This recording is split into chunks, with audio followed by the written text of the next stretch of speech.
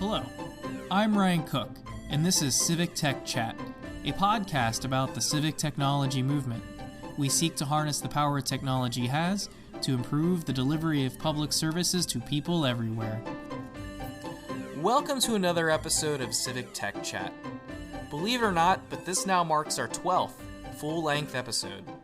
When I started this project, I wasn't sure we'd make it this far, but I'm glad we've been able to go on this journey together. So thank you for continuing to tune in. If you've enjoyed the content so far, please go ahead and go over to the iTunes/Apple Podcast Store and leave us a 5-star review. Doing so increases our reach and helps us produce more high-quality content. Speaking of which, this week we're joined by Open Savannah for a panel discussion about how their brigade started, how they go about community organizing, and a little bit about their overall organizational philosophy. This conversation is quite a treat. Now, I do need to point out a little bit of a disclaimer. Some of the audio quality we had to work with in this panel discussion required a little bit of finessing, so there might be some points where it gets a little quiet. So I hope you can put up with that a little bit and enjoy the conversation. So with that, let's go ahead and hop right in. So to get us started, let's go ahead and have each of our panelists introduce themselves a bit. So could each of you introduce yourselves and tell us a bit about what you do with Open Savannah? Hi, Ryan. I'm Carl. I guess you could say I started this whole Open Savannah thing about 15 months ago after I moved back to Savannah. And I really wanted to do it because I felt like there was a huge gap in civic trust here, and that there's things that we could do about it technically to fix that. So that's me. Hey Ryan, I'm Nick Palumbo. I'm the Neighborhood Association Outreach Lead for Open Savannah, and I'm the connecting force between the rich and vibrant neighborhoods of Savannah that exist here and the organization itself. So Savannah has a culture of neighborhood associations that are all volunteer or nonprofit organizations, and there are over 100 identified neighborhoods in Savannah, Georgia itself. So my job is to try to connect this organization with all of them and inform them about what we're doing. Hey Nick, I'm Aaron, I'm the community lead with Open Savannah. I actually was at Carl's initial sort of kickoff presentation for what Open Savannah was, and it really sort of resonated with me being able to apply technology skills and design skills to civic problems. So I immediately volunteered and sort of worked with them a little bit on the initial documentation and sort of do community onboarding stuff. Kind of just fit in wherever we have holes for the most part, as far as like running our events and whatnot. So continuing on the theme of getting to know each of you individually a little bit, one of the things we ask about in this podcast a lot revolves around personal why. So could we go around the table here and go into what each of your personal why is? For example, like why you get up in the morning and do the work you do.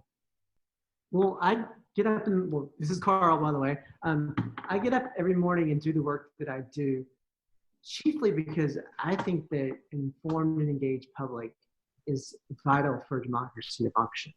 And that's been really the guiding principle behind my entire career, really. Previously, I was a journalist. I was actually a data journalist.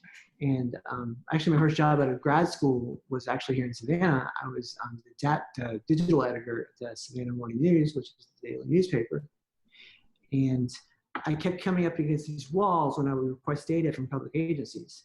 And that's one of the things that gave me the idea to start this whole Open Savannah thing, because when I came back, I was just thinking to myself, I was like, there's got to be something we can do to make this data that should be public be actually public.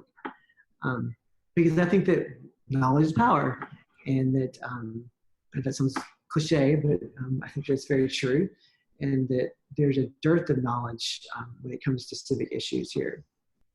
Hey Ryan, it's Nick. I think I do it because my entire life, if there was one theme to pick, it would be that I believe there's a duty for each person to contribute to their country, to their community, to their neighborhood. In some ways small, and then in large ways if you have the opportunity to do so. And I got involved in this organization because I'm a firm believer that, corruption hides behind data. When government's locking it away, it's not for a good reason. And this is an organization that's dedicated to the truth. And the more that we can get this information out into the open, the better that our government can perform its capacity for the people. Aaron, community lead. So I really love both your answers. I had something so profound to say. Largely as a designer and a developer, I have responsibility for what I put out there in the world. And that accountability, through that accountability, I wanted to leave the world a better place than I found it. And I think that work that I've done in service design, there's a lot of practices that we do in service design and development design as a whole that really are applicable to the challenges in government. The way they're operating, the way they're interacting, how they're procuring things, technology that they're producing, and whether or not they're taking a user-centered approach or not. Anyway, a lot of those skills and sort of philosophies, I think, apply to improving that. My experience in Savannah really has been, has always kind of been at arm's length. I feel like as though they keep the residents at arm's length. And, I guess I just want to apply my skills to sort of helping them understand what a more positive relationship with their residents can be, and how to sort of facilitate that. I think both to sort of reach solutions that are equitable, and I think just provide a better service too. So because I can, I want to, I guess. I really enjoyed each of your answers there. And now if you'll allow me to plagiarize a question from one of my earlier episodes, in particular the Voices of Summit episode, there was a question there that I asked everybody that seems simple at first, but gets really varied answers. And that is the question, what does civic tech mean to you? So could I get that answer from each of you here on the panel? So civic tech to me, it's actually, I don't think it's the best term, but it's the best term that we have. But it's applying the principles of modern technology in the way that modern software is built and service design to the machinery of government. And not only to make it more efficient, but to make it more equitable and to reduce silos and to give more voice to those who are voiceless. Ooh, so it's the civic part that is more important. The tech is it can be misleading at times. I think that we need to think of a better term for it, but I can't really think of one. So build on that, Nick. I think, civic tech means so many different things. Just one facet of it for me, I spent 5 years working in the federal government, and we had a computer back then. It was WANG computers. That's how ancient it was. Part of civic tech and part of our organization is somehow, it's fallen to us, the volunteers, to try to lead the government through the process of technology, getting over some of that fear that is inherent seemingly in government about technology itself, getting them to adopt it, and showing them that there is a better way. Through outreach in technology, you can and will reach more people if you embrace it. I like to think of civic tech, I think, as more of a philosophy, like engaging the sort of new and emergent sort of disciplines, especially around design and technology, as a new capacity to change or apply to government. And even to get it to sort of reorientate to how society is changing in relation to technology. I think it does definitely describe an applicable sort of resource and application relationship, like Carl explained, and I think too, it definitely connects to the kind of the ethos that you're talking about, Nick. But I think I think in relation to these two things, like the philosophy of we have new capacities coming to bear, or sort of what I think coming to an apex, maybe, like technology and all these designers and stuff. The relation to aging the internet, the way we communicate, the way we see things. What is their expectation of government? Yeah, well, and we see this large institution. Where does it exist? Like, how is it related? Is it connecting with us in the right ways? Are there new opportunities? We see that and want to bring that to bear. And I think there's a symptom there too, where the public is outpacing its own government in technology, in speed, and in its demand of the things that they want. And it's led to a great deal of friction.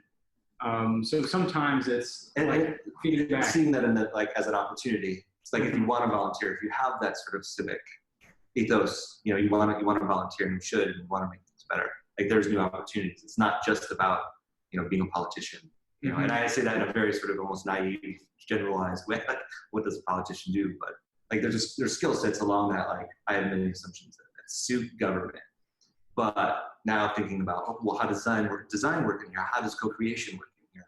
Like, how do I facilitate these practices to improve not only interactions between government units and offices, but with the constituents or people they need to serve? And there's a lot of opportunity in that. So it's kind of interesting to see it. So I have a quick confession. I'll be real quick. I used to be what you would call a techno-optimist. I thought that technology would empower everyone's voice to be heard louder. We would have this more perfect democracy simply by virtue of having more technology. That technology would save government.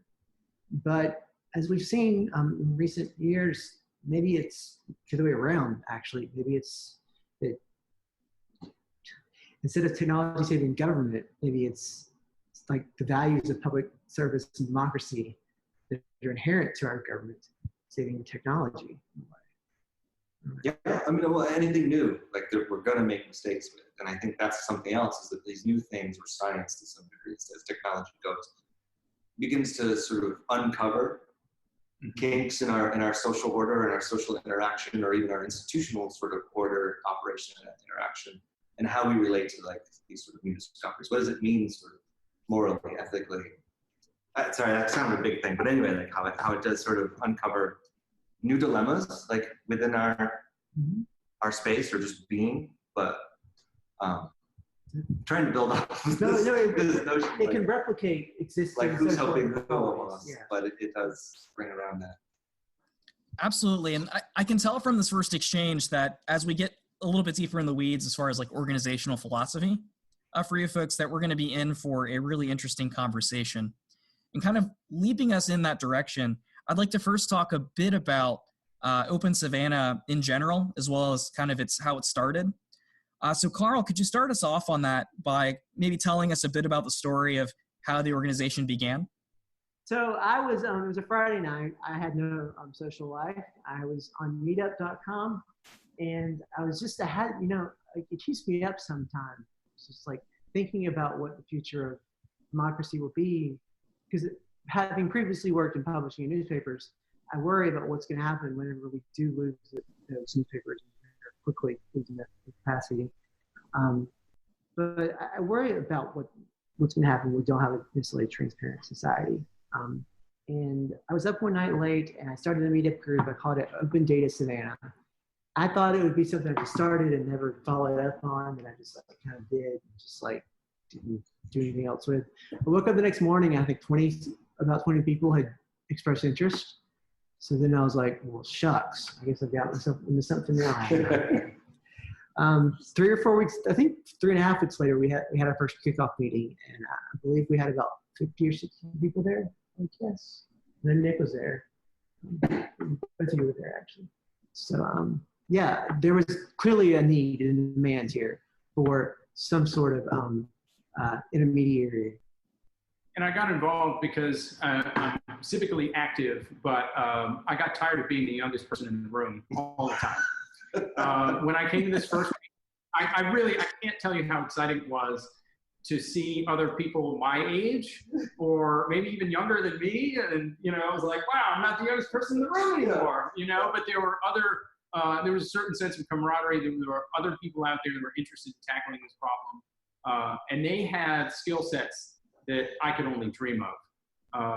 I'm not a coder. I just wasn't born with it. But I do have a deep sense and appreciation for the people that do. And we have the ability now more than ever to do really compelling things in our government and in that work that we could just never have thought of being possible before. And I look forward to that potential. It takes your skill sets too. It's not just about technology. I still don't think I'll for sure. And I guess kind of related to that beginning story, I noticed in a blog post that you folks had kind of provided for me to get me up to speed, that one of the things that is mentioned in there is the observation that Savannah is perhaps not the prototypical location for the sort of thing to occur, to be founded in. Could one of you expand upon that a bit and maybe talk about your thoughts on why it's managed to work out despite those things? I don't know. Well, from my perspective, I mean, Savannah, like the way they operate, it's not very open, right? I mean, like they don't seem to really listen to residents. It's the oldest city in Georgia. One of the oldest cities in the country. I mean, as an organization that sort of says like this open Savannah, about opening, creating transparency, creating connections with residents. It's interesting that our mission and sort of in that direction has connected and resonated really well with the city, because I think they recognize an internal need to connect with residents more. And they have engaged us on a number of fronts, participatory budgeting projects, transportation projects. I'm jumping the gun with participatory budgeting. It's something in the works right now. And it's resonating more, I think, with residents. Yeah. And it certainly resonated with residents, but like I've been very impressed with our work over the last year about how much time we've not only had with the mayor, the city council, our city manager, and other departments, budgeting, information officers. So I think I can't really answer like why is Savannah like the prototypical, like why it's sort of not the place you would expect this to happen. But I think that experience of it being relatively opaque. Savannah doesn't have a major research university. It doesn't really have a huge creative class, I guess you would say. It's a very old city. People are very stuck in their ways a lot of times, especially in government. I think it does have a fair amount of creative class. It's just transient in the sense that there's an art and design school here. The kids come. I don't think they see a lot of opportunity in staying. Yeah. But anyway, go on. So yeah, so there's like there's no investment in the civic side of there, but it's not been tapped into properly yet. And we're starting to. Yeah. Sorry. So yeah, I'm just kind of articulating why I didn't think there would be capacity for something like this to ever happen, but clearly there have been people who have offered up their hands, and it's been awesome to see people like Nick and Aaron. I have a theory. I mean, it's a little out there, but I mean, Ryan's right. There's 150,000 people here. Why in Savannah is this? Well, 300 in the metro area, but the city itself, there's 150,000 people here. So how can a small city like that sustain an organization like this? And Savannah really has a culture of civic activity and people who participate. And the reason why, as I think, is the foundation in the principles of the city itself when it was founded in 1733. And there's, if you come to Savannah, there's an equal amount of public space to private space. And there's an enormous public domain. We have 22 squares, we have parks, trees, I mean, and it is for everyone. So I think it's almost, you're born into it when you spend time here, and when this belongs to everyone, you care more. And that's extended itself in many different ways. This organization and many others. And I would love to see if there's some kind of way to measure the civic quotient in a place, this amount of civic activity, because there's so many groups and nonprofit organizations here that are participating in the city. It is remarkable. That's really interesting. I'm definitely hearing a couple of themes there in what you folks are saying. One of them being that civic engagement piece that you just mentioned there, as well as the kind of access to policymakers. And in a similar vein, a theme kind of emerged again from that post that gave me the sense that perhaps the organization wouldn't buy into the kind of civic apathy trend that's talked about a lot, perhaps at the national level, maybe not so much at the local level. And I believe you used the example of two different public forums going on, one of them being your own and the other being for a local school district as a way to kind of compare and contrast that. Could we talk a bit about, I guess, that particular comparison and a bit about how your group kind of acts as a conduit for that type of civic engagement? So first of all, I want to say that was no integration whatsoever to the school board. It was actually the two events were held in the same evening. If I had known there was going to be a forum about the school board superintendent being picked that evening, I would have rescheduled in a heartbeat because that's a very important issue. I didn't even know that it was being until the following day when I saw the newspaper and there's an article about how no one came to the forum. So just thinking back about that, I was trying to think, well, why did people show up for this event about the civic engagement, but not show up to something that's arguably more directly impactful to their immediate daily lives, having a superintendent of schools, why the shift to one and not the other? We had internal discussions about why that might be. Maybe it's that people don't trust the government as much. And there is a lot of civic distrust and mistrust about because of past leadership and because of the gap in understanding. I think you can feel it when your own local government wants you to come out versus when they're holding a meeting just for, because they're compelled to or they have to. So that goes a lot into. Mm-hmm. Oh, actually, that's a really interesting take you have there. I guess what would you say are kind of some of those indicators that would let you know that they want you to be there versus we just are kind of doing this because we have to? I think your general demeanor in these meetings sometimes. Well, when it's announced, where it's announced, how it's announced, but too, it's really about value, right? If you go commit your time as a resident to a council meeting, whatever meeting, you expect to have some outcome from that, to see the value of your time. And that could even just be them listening and acknowledging, thank you so-and-so for whatever you said. And I don't think that is the sort of, that's not the operating procedure of what those meetings are. I think in an open Savannah forum, even if we have conflicting points of view, they're still heard and people still react to them. And I think people have a different sense, a different sort of value takeaway from that. And I think it really, I don't know, my experience is that it's that type of interaction that really defines it too. Well, it's like pornography, you know it when you see it. That's how you find it. You know it when they don't want you to participate. They'll place it in a location that's inaccessible or it's only accessible by car. They'll hold it during the daytime, during work days. They'll only publicize it in the back of the newspaper in that little tiny font. I don't even know how they get it that small, only when they have to. And I know, right now we're dealing with that, or they'll hold them in quick succession. Like there's a tax proposal right now that's being held, and they're compelled by the state of Georgia to hold 3 public meetings. Well, they're holding one this Thursday. They're holding them back to back right after each other. So technically it's 3, but is it really? So I hope that. Well, and it goes to this bigger, larger question. We need to change the way we think about what public feedback is in 2018, because it doesn't have to involve people physically showing up to the location. And that's good. That's always a beneficial thing to do. But people can't necessarily take off if they have 2 jobs and kids to take care of. Making it a physical requirement to be there naturally excludes some people.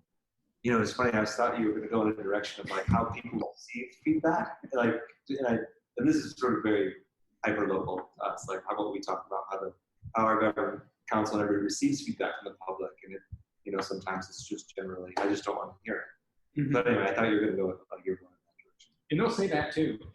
No. Because it is. I mean, you have to. I think it's an orientation to receiving feedback, negative or positive. Mm-hmm. And how do you do that? How do you handle that? Well, how do you couch that feedback to insult them personally? I don't like what you said though. As far as technology, we can see opportunity for equity in its application. In a similar vein to the theme you folks are on, I'm hearing a bit about inclusivity in kind of and what we're talking about here. I noticed that there is a sort of headline that you describe again back to that post I keep harping back to, and that the headline is inclusivity will always trump experience. What does that mean to each of you? Yeah, so the line you mentioned about inclusivity will trump experience, when I wrote that, I had a specific quotation in mind from Jane Jacobs' famous work, The Death and Life of American Cities. And the quotation was, "There is no greater expertise than locality knowledge." And when I read that, it very much hit home. And I think it's very much something that comes to play in Savannah a lot. But when we talk about data and the importance of data, some of the most important data that's out there is the data that's in the minds and in the memories of residents who live in specific neighborhoods. Data about, the elderly person who lives down the street. Data about the neighbors who might have a dog that's unruly. Data about the dangerous parts of the neighborhood. Or is it the best places to go to the park? That sort of information is not something that you can easily put into an open data form. So to me, I think that having all those diverse voices and having that inclusivity and having that locality knowledge, not just technology knowledge, but locality knowledge. We can call it local knowledge if you want to take the locality part out, just call it local knowledge. But having that local knowledge is invaluable. And I don't think that any organization that calls itself a civic organization can function truly without it. Well put, Carl. I'm hearing applause. It seems your answer is pretty well liked there, Carl. Inclusivity trumps experience. Yes, as like a, you can teach Or you think it's technology, like but a you cannot teach academic. way of articulating like the premise of human-centered design in the Yes. civic space. I mean, also like this whole notion of like designing with and not for. Like you can have all the experience you want in the world and try to design things for people, but is it going to hit home? Is it going to solve the problem? You know, the inclusivity sort of translating to locality knowledge, like that's really what's going to drive or inform anyone wanting to sort of volunteer and create something, what the needs are, and how they exist and like what form they take. You can be an excellent programmer or designer, but if you don't have empathy and understanding and try to reach out to, or to some degree, if you don't have the subject matter expert, like the person in the space or the you don't people, let's say the people in the listening to space, people. to talk about the problem and how it affects them in various ways. Like what kind of solution can you really design? What can you really make for them? And maybe it's not, and I think I'm guilty of just saying, what can I make for them? But like, you know, what can you make with them? So like and practicing co-creation with that group, like, and you get into change management or sort of introduction of anything new. Like, you know, if I make it for you, or you know, it's harder to adopt. What it means to me, I think about that, and I think about all the times that I've thought myself personally that someone else is doing it. So what's the point if I get involved? Or wow, they put forth this amazing product, or they're this great leader in the community, or they gave a great speech. How can I ever top that? But somebody has to be the next big thing. Somebody has to be the next best thing. And some of the biggest barriers we put up, we do it to ourselves, you know, of what's the point? What contribution can I make? And please, for anybody that's listening out there, you know, come off the bench and you have something that you can contribute and be valuable in the community, even in just tiny little ways. You'd be so surprised at what you can do. We have stickers that say that the next big thing will be a whole lot of small things. And Code for America is actually adopting that as one of their marketing campaigns this fall. So it's kind of cool. Little heads up. I'm getting the sense, both in the reading I did about your organization, as well as hearing you all talk about that subject, that there's a pretty deep acknowledgement that a lot of civic tech is ultimately about community building. Can we delve into that a little bit and maybe contrast it to the idea of creating things as opposed to creating community? Well, I think that's something that really more stems from our experience in trying to address what we need to here in Savannah. I think knowing looking at our group and what we have involved and where we started with other skill sets, and maybe the fact that we're not experiencing some of the problems or the inequalities that we want to address. I think that's where, at least for me, I'll speak for me then, like where that sort of notion, less than sort of seeing the civic tech community as not being community focused. I think intention is there. You know, it does come down a little bit to like, what's your orientation and approach to these problems? Is it human-centered? Is it user-centered? You know, and those produce very different things, as they're very different approaches, I think, to design and finding solutions, which, you know, one produces product and one produces solutions that are co-created with a group. Long-term systemic or sustainable, if you will. Yeah. Solutions, which I think in a social space, that's really what you're looking for, because it's never, you know, problems aren't prescribed or cut and dry. You know, there's not just one condition or one symptom that creates something. It's a process. It's this thing leads to this for me, which then leads to that for me, and be it economic justice, law, whatever. Like, there's a lot of things connected. So we always have to think systemically. One of my memes that I always repeat and everybody hates is we don't hate anything you do, Carl. It's process, not product. Yeah. And I've been asked actually at a lot of events, So what projects are you guys working on? What apps are you guys working on? While there are answers to that, I kind of want to just say community. That's our killer app. I mean, this is a super hard thing to achieve. I mean, you think about, I mean, for me, like not being a community organizer, like, I am fairly used to working in groups and talking to people and facilitating, but like really sort of building community and getting into deeper problems, things that I don't experience, places that I'm uncomfortable. Like it's a difficult space to be in. And that's right. You got to constantly push yourself. The objective is to always put service above self. Yeah. And I think back to when I was a kid and I took some piano lessons, and I hated practicing like the hard part. I would only do the good part over and over and over again. But that doesn't do anything for anyone, especially not for anybody listening. Yeah. That would have been pretty painful.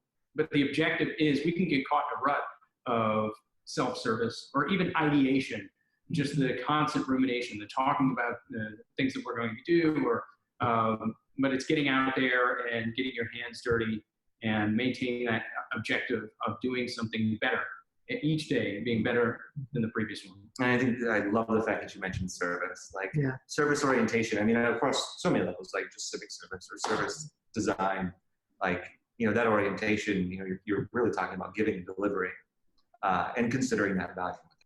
And related to that, I get the sense that in order to kind of operate that way, that a lot of thought would need to be given both in how one communicates as far as the mediums, as well as what messaging one uses when talking about the community, the work, and kind of that outreach to try to reach those things. Could we talk a bit about how Open Savannah kind of takes that consideration and works with different communication mediums and maybe how it then communicates through them? I think you've touched on our great debate overall. Do we use GitHub? Do we use It's our this? biggest pain point, yeah.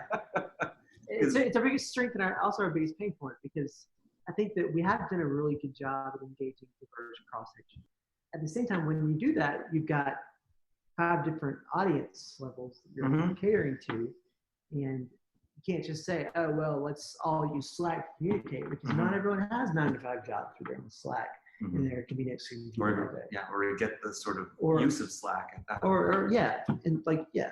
So like we've had to be very use as many platforms as we have to, use as many mediums as we have to, and that can be taxing. It can be very taxing, trust me.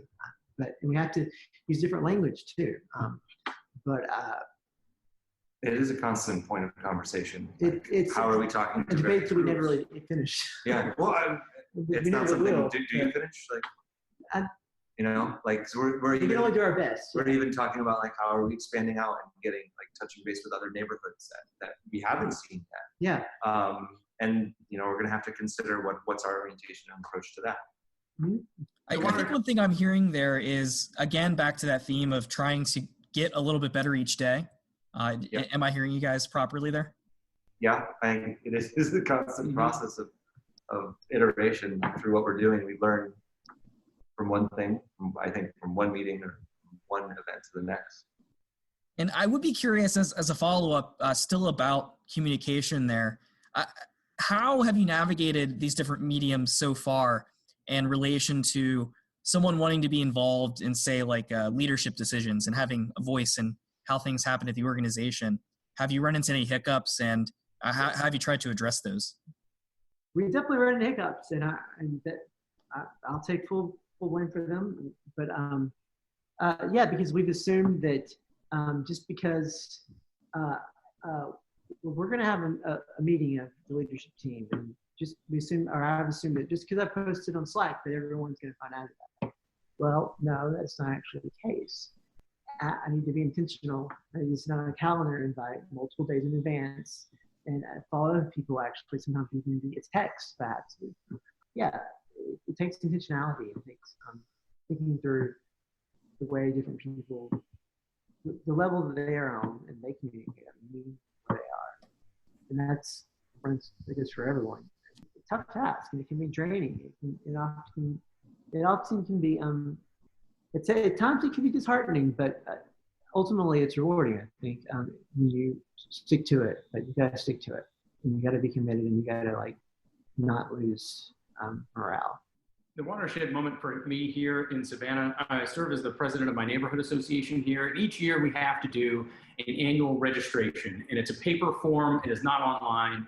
And this year I received it in the form of an inter-office memo, a manila folder that one of the city employees walked to my house and dropped it off for me.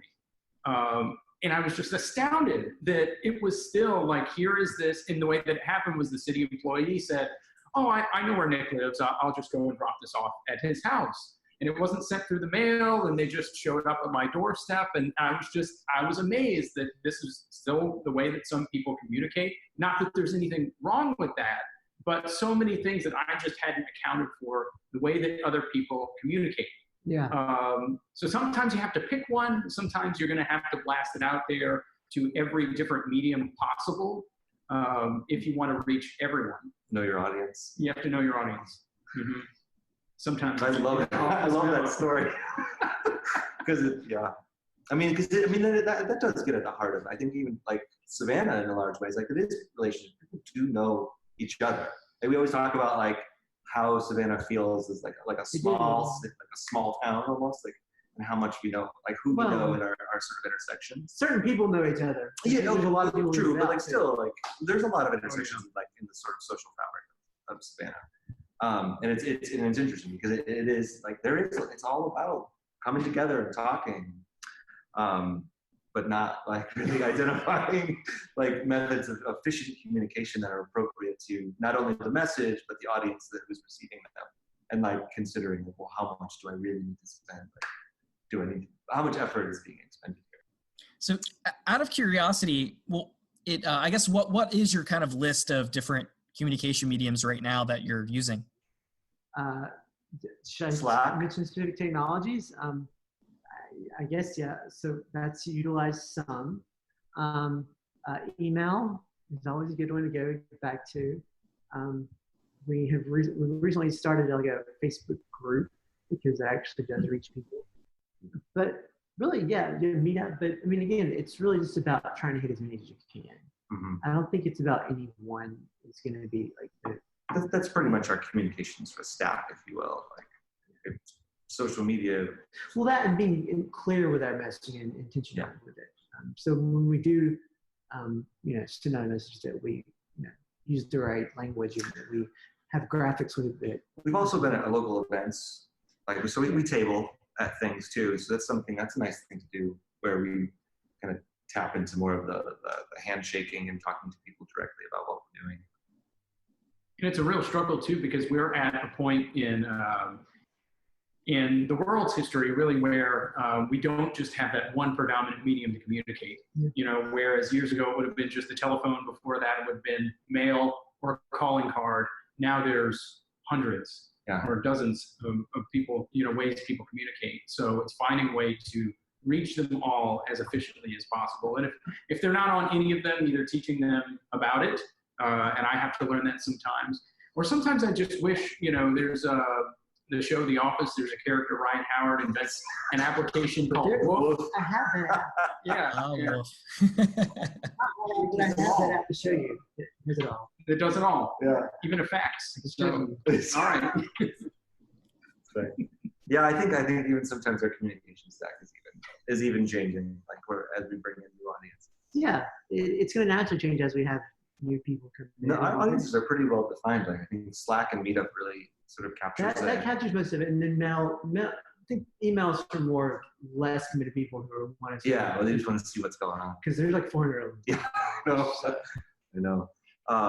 But like really, sort of those are two sort of spaces that blanket like tech and design in a large way. In community. Oh no, it does. I'm just seeing who's there. Yeah, totally. So then we have those other methods, emails. I think that reach out beyond that. And going up and showing up places. I really appreciate your openness with that answer. I can definitely appreciate it in part because I myself am someone that's trying to take kind of a small brigade and grow it and this has kind of been my work for the past few months. As I know, there are probably many others out in the audience that are trying to do similar work. And it's nice to be able to sit and kind of listen to you talk about your experiences with these sorts of problems and to perhaps learn from them ourselves as well. In particular, kind of the process and the thought that's clearly behind the choices that you're making day to day with this. In some of the reading I had done about your organization, something stuck out to me, in that there was a few questions that it was mentioned that you would pose to any civic technologist. And one of those was, how might we spark civic interest in the work we do among people living in the margins? What observations have each of you made so far that maybe starts to point you towards an inkling or direction of an answer to that? Oh, wow. Yeah. Asking the deep questions on Civic Tech Chat. Bunches here. So we were talking about reaching the margins of society, people who opted out or feel most disenfranchised. Well, I mean, this sounds really tired, but it's meet them where they are. You're not going to get them to come out to an unfamiliar place or a place that's far away or to meet strange people. So it's trying to ease people into it slowly. And, there are a couple of old standbys that will always, get people to come out, and that's food. That is huge. We meet in a sort of centrally located part of town that's not like fluent or has negative connotations either. Right. No, it's fairly in the middle. You're right. I think they were offering genuine opportunity. The fact that when you come, that something can happen. In a lot of cases, it does. So that was one of the big things that I wanted to incorporate from the very beginning, is this idea of participation, and that participation being a form of engagement and vis-a-vis empowerment. So the first few events we even had, we basically just set it up with a Google spreadsheet, and everyone contributed. If they could use the spreadsheet, they could contribute to the production of this app. And they felt a sense of purpose and ownership of it. Even though they didn't actually build most of the technology side, they contributed to it. And so I think that's really important to keep in mind as we do civic technology projects. That's a great example, actually. I think the way everybody that walked away from those projects were significantly engaged in its production and its output as well. And I think, too, it's a resiliency of the organization. You're not going to have a huge turnout or an outpouring of support the first time off the bat, but you have to keep trying, because people who are disenchanted, really, you're going to have to prove it to them that you're different. And that's going to take time and energy and effort and commitment. And this is actually a perspective I think we are taking with our outreach to neighborhoods that we haven't sort of been in yet, or that we've even talked to, is that we need to offer opportunity to them first. Not come with an ask, but say essentially, here we are, we want to, we're here. Here's an opportunity, we want to do something. One thing that definitely sticks out there is that idea of contribution. I really liked that was brought up. I know that whether it's professional work or things you do in your free time, one of the things that can really drive satisfaction in what you do is being able to kind of see, touch, hear, and feel that contribution and kind of see value in it. How is that, I guess, acknowledgement that I'm hearing from you folks kind of informed what you do as people come, say, for the first time to one of your activities? And how does that end up working from your lessons learned? I think that's something that we're actually, learning as we still go. We actually just recently have decided sort of to better structure our onboarding process for new people who come, because we realized that we were having new people come every single time we had a meetup, but they weren't necessarily coming back because we weren't really explaining what we did, who we were, why we did it, and why it was important. And I think that's something that we should explain every time, even if it gets repetitive. Make it short, but we need to hammer that home every time for people who are new, because if they're coming in afresh, they could be lost. We need to be very clear and intentional about the onboarding process. And also just do stuff to make it more social, and not just about building things, not just about work. for anybody that's listening and just starting out with this, start practicing right now of who you are and what you're doing and why do you want to do it. We ask everybody in the United States, I mean, part of our culture, like, what do you do? And you probably got that answer down to about 60 seconds flat. So do the same thing for this organization. What do you do, who you are, who's a part of it, and what your mission is. And as you go along, it's going to be a rusty go of it when you start out, but you'll get better and better over time and keep at it. I just say, go out there and get started with it. There's somebody's listening right now that's got it down on paper and they're thinking about testing it out. They don't know exactly how. Just go out there, organize the meeting, and put out there and see who else is going to show up. How many bands out there were formed by an old ad in the back of a newspaper somewhere? I think like Kiss was formed like that, I don't even know. Like, please, it's just people getting together that share. You never know until you put it out there. Yeah. So that's the greatest barrier. It's just putting it on. Be willing to put yourself out there to say, I'm interested in this. Yes, I'm interested in this. I want to find out other people who are also interested in this. We get together and start working together. And that was exactly Carl's experience. Mm-hmm. I didn't think anybody would be interested in it. I just kind of did it because I was bored. Yeah. But that's good. I mean, that's a really good point. Because even like the overall sort of thread of the theme what we've been talking about is like what we've tried and how we're sort of constantly iterating. If that's what you're going to do, even if you don't know what to expect or what to do, start talking to people, because I think that's where. Believe in your own agency and your own ability to inspire collective agency. Thank you. Yeah, your own agency. I have to say, I'm greatly entertained by that statement. Carl said, I started this because I was bored. That's pretty good. In fact, I can relate to that a little bit. Things here in Uptown were started because I was bored and hopped on the meetup as well. So I think we have a little bit of a kindred spirit between our organizations and boredom being the bottom of that pyramid. It wasn't like I just had this like flash moment where I was just instantly brave. So like, oh, let's do this. Let's have this grand thing. That's great though. Like how capacity comes to action. I've been to a couple of meetings, yeah. But so I was in St. Louis before I moved to Savannah, and I had been to a couple of they hadn't quite formed their brigade yet. They were still they were called Open Data St. Louis, I believe. Now they've actually got Open STL going on there. But I've been to a couple meetings of that, and I was interested. I couldn't really get that involved because my work at the time was apparently a conflict of interest, my boss said. So, yeah. You asked your boss. Well, I didn't ask my boss, but you mentioned this one. I worked in news, mm-hmm. so data, there's a lot there. Yeah. I could see that could be a little bit of a complicated relationship. Yes, because in journalism, you're acting in an adversarial relationship toward public servants almost sometimes by nature due to the job. And in civic tech, you are doing it from a more collaborative approach. Mm-hmm. Cool. Now, as we kind of draw to a close here, one of the things that we like to do on Civic Tech Chat is to give our guests an opportunity to leave the audience with what they would like to leave them as far as parting thoughts go or concluding thoughts.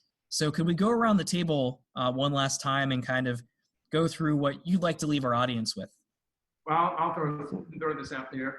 Eventually, if you're listening to this now, you're interested in it, and eventually, at some point in your life, you're going to get tired of waiting for things to happen, and waiting for things to get better in your life. But this falls into the mantra. But no one else is coming. There's no one else is going to swoop in and be the white knight and save the day and do all of the work and innovate their local government and get them to fix the sidewalks or paint the crosswalks or whatever it may be, the small things and the big things. So if you're listening right now, just go out there and do it. Go out there and start it, please, because we need you. And leverage your experience as your initial point of inquiry to solving these problems, but never forget the people that are actually experiencing them. Because those are going to be, that's where your insights are, with where the problems lie. And the big thing about small things is that they add up. So never think that your actions are too unimportant or too minuscule or your agency too small to have an impact. Because I certainly didn't think that I would really have any influence. But if you stick with things long enough, change will happen. These are a collection of some fantastic parting thoughts. And I want to thank each of you for coming on the program and taking the time out of your day to talk to us. I know that I myself personally gained a lot hearing your experiences and how you've operated as an organization, as well as how you've kind of forged this philosophy based on those lessons learned. And I have no doubt that there's going to be a lot of folks out there in the audience that will have a similar experience. So again, thank you so much for coming on. Yeah, Thanks, you, Ryan. You can follow us on Twitter using the handle @CivicTechChat, visit us on the web at civictech.chat, or subscribe to us for content updates wherever it is you download your podcasts.